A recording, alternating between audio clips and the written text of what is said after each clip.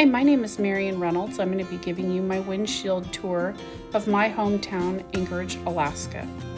Right now we're driving past Providence Hospital. This hospital holds a special place in my heart.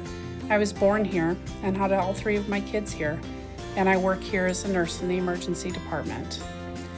Providence is a level 2 trauma center, which also has a level 3 NICU. It's the most advanced NICU in the state of Alaska.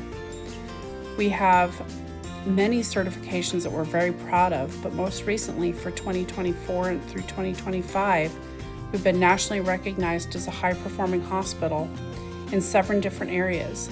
These areas are in chronic obstructive pulmonary disease, heart attacks, heart failure, kidney failure, maternity, pneumonia, and stroke. In 1856, Mother Joseph and 4 Sisters of Providence established hospitals, schools, and orphanages across the Northwest, including Alaska. They made it all the way to Nome, Alaska, which, if you've ever looked at a map of Alaska, is pretty far.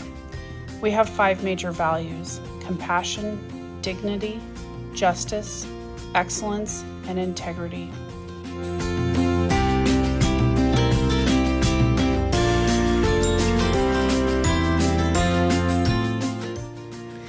Next, we're going to look at the Alaska Native Medical Center.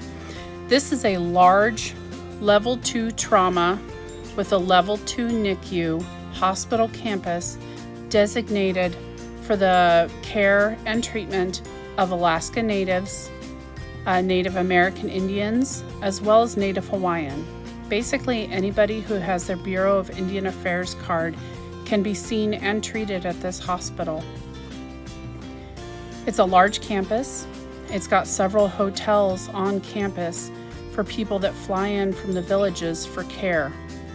A lot of times what we'll see is a patient, and their extended family coming into Anchorage for ongoing care, whether it's long-term chronic care or whether it's for an acute issue.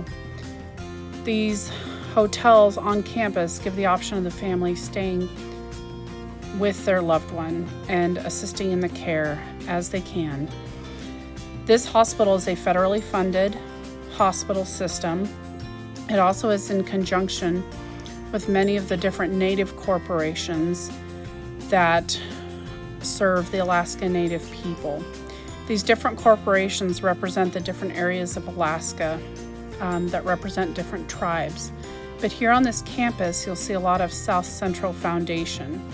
That is kind of a large conglomerate of healthcare providers that have come together to provide care for the Alaska Native people, regardless of which tribe they come from.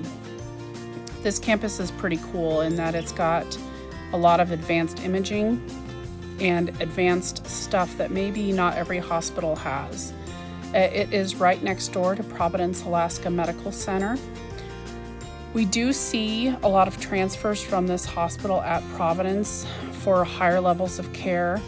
I believe they only have like 1 or 2 cath lab units, whereas Providence, we have 13 of them. So if their cath lab is encumbered, they'll send a patient over to us.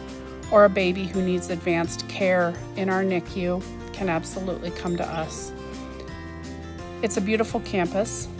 Behind all these buildings is a lake that people can go walk around and just enjoy nature. So I hope you enjoy this view of Alaska Native Medical Center. One thing you'll notice about the Alaska Native Medical Center, as well as Providence campus and Alaska Regional Hospital campus, is that there are bus stops and multiple cabs on these campuses. This is designed so that patients, if they don't have the ability to have a car or own a car, and they take the bus system, they can safely get to each hospital and to even multiple places on the hospital campus safely. We have a robust cab system as well as Lyft and Uber up here so that patients and their families can get to the hospital without a significant difficulty.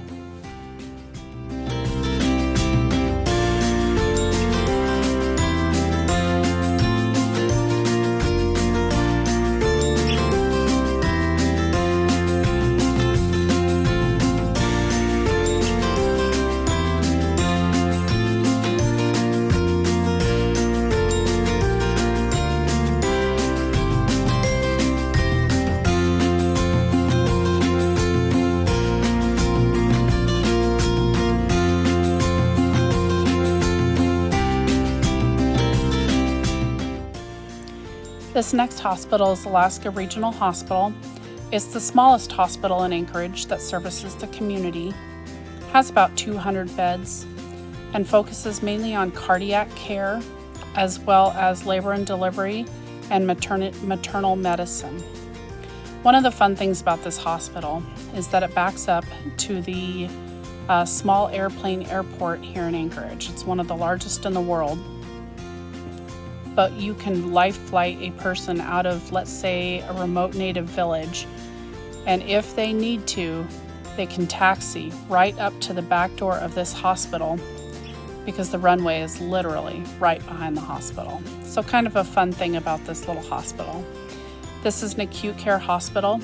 They do not have a trauma designation currently, and so any major traumas, burns, anything like that are transferred either out to Providence Hospital or to Alaska Native Medical Center if they're an Alaska Native beneficiary.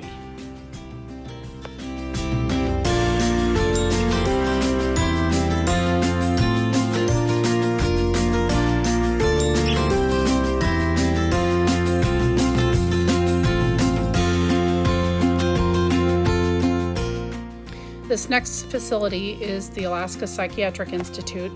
We only have a few inpatient psychiatric facilities in the state of Alaska, and unfortunately, we need way more beds. This one has a max capacity of 80. Currently, 77 are completely filled with, I believe, 6 people on the wait list.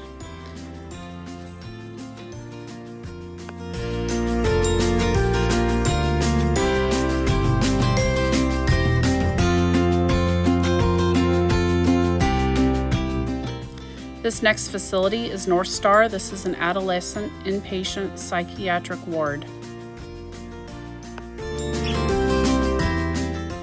This next building is our municipal public health building.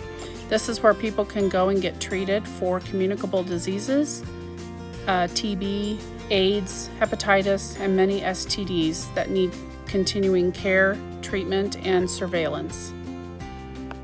Anchorage so far is a billboard-free state, which we love, but there are a lot of street signs and directions available to get people to where they need to go. This area of empty space is called the Downtown Park Strip, or the Delaney Park Strip.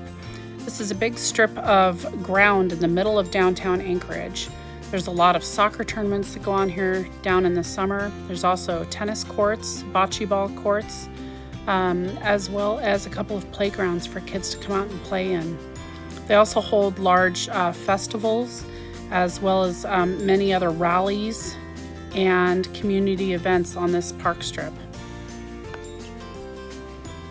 One of the things you see in Anchorage a lot is discarded bottles of alcohol that have been consumed. Here's an example right here on the Delaney Park Strip. Kids come down here and play, and you regularly can find half-drunk or completely empty bottles of alcohol. It's very sad to see how prevalent alcohol is in our society. The mountains you're looking at here are the Chugach Range. These are the mountains that border kind of the eastern part of Anchorage, all the way down to the south of Anchorage towards Alyeska Ski Resort. They also go towards the north, heading towards the Matanuska-Susitna Valley.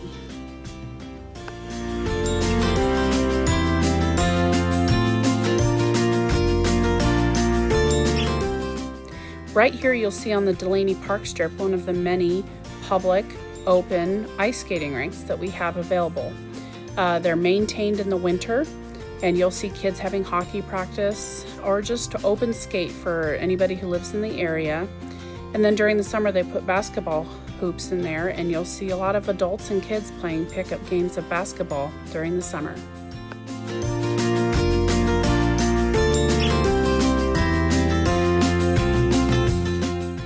Downtown Anchorage has really grown and changed since I was a child growing up in Anchorage. This is the direct result of responsible development of our natural resources, specifically oil. Because Anchorage is the largest city, we also have the largest airport in Alaska. A lot of our main oil companies have their headquarters in downtown Anchorage. And so this has really encouraged development of the downtown area. We've got a lot of shopping, we've got a lot of tourists that come in to see downtown Anchorage. Commercial fishing doesn't make as big of an impact in this area just because we aren't a major hub of commercial fishing in Anchorage. But for the rest of the state where commercial fishing does happen, the commercial fisheries directly impact the economies in those areas in the state, just not Anchorage as much. We're mainly oil-based, as well as mining, geology, and a little bit of timber. The main headquarters of the Anchorage Police Department is also downtown Anchorage, so that gives them the accessibility to respond quickly to any area of Anchorage for any emergencies that may happen. This next neighborhood, this is a very typical neighborhood in Anchorage, Alaska. Most of these homes are between 40 and 50 years old. When they initially were for sale, they were probably $50,000, and now they're selling anywhere between $300,000 to $500,000. But this is a pretty average neighborhood. There's a school nearby. There's several parks for kids to play in. And it's also in a very central hub part of Anchorage, Alaska. In the background, you'll catch some glimpses of the Chugach Range Mountains, which is the mountains again that border the east side of Anchorage.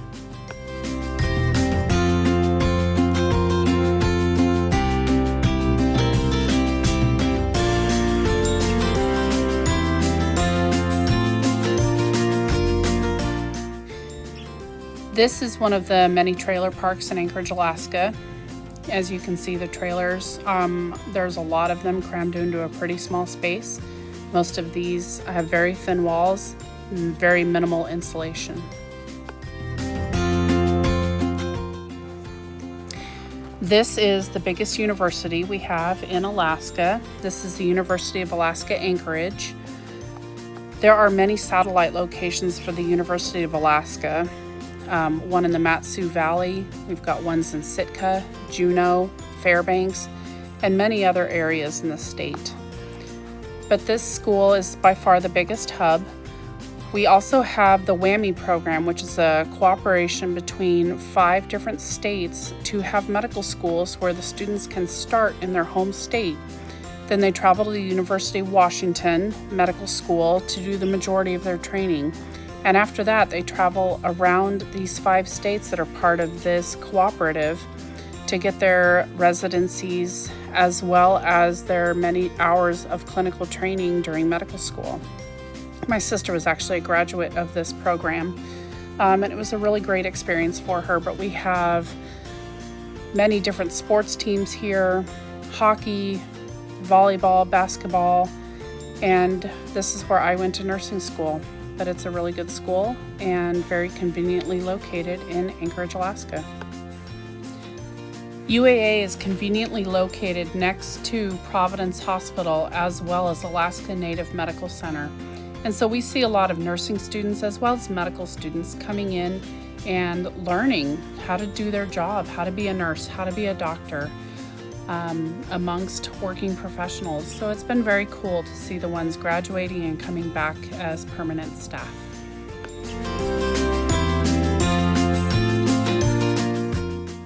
I hope you enjoyed this very brief look at Anchorage, Alaska, my home, a place that will forever be a part of me.